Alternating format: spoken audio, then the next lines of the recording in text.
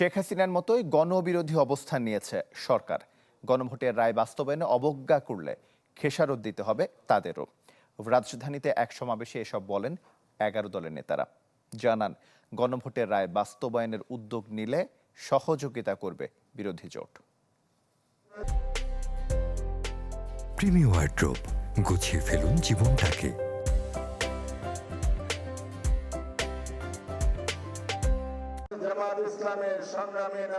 গণভোটের রায় বাস্তবায়নে রাজপথে বিরোধী জোটের টানা কর্মসূচির প্রথম বিক্ষোভ সমাবেশ।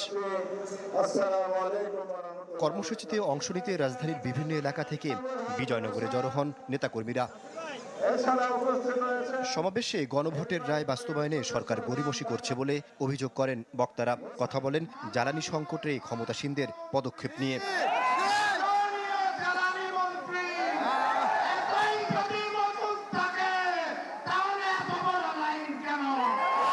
বাংলাদেশের মানুষকে জিয়া ফ্যামিলি থেকে উদ্ধারের জন্য যে সংগ্রাম, সেই সংগ্রামের সবাই ঐক্যবদ্ধ হবেন, রাজপথে থাকবেন, লড়াই চলবে দুর্বার গতিতে।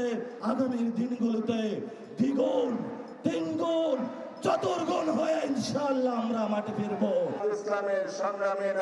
11 দল নেতাদের দাবি, বিএনপি সরকার শেখ হাসিনার মতোই গণবিরোধী অবস্থান নিয়েছে। এর পরিণাম সম্পর্কে সতর্ক করেন তারা। আমাদের রাশেদ প্রধানের বাড়ি পঞ্চগড়ের অফিসে যখন হামলা হয়েছে বিএনপির সন্ত্রাসীদের মাধ্যমে, মাননীয় স্বরাষ্ট্রমন্ত্রী সংবিধানের দ্বারা কি ভুলে গিয়েছিলেন? আপনারা যেভাবে নির্বাচিত হয়ে ক্ষমতায় আছেন, এই সংখ্যাগরিষ্ঠ ভয় দেখাবেন না।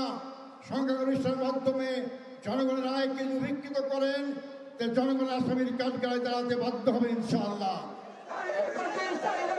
সমাবেশ শেষে বের হয় বিক্ষোভ মিছিল। মিছিলটি নাইটিঙ্গেল মোড় হয়ে শান্তিনগরে গিয়ে শেষ হয়। আহমেদ সোহাগ, চ্যানেল 24, ঢাকা।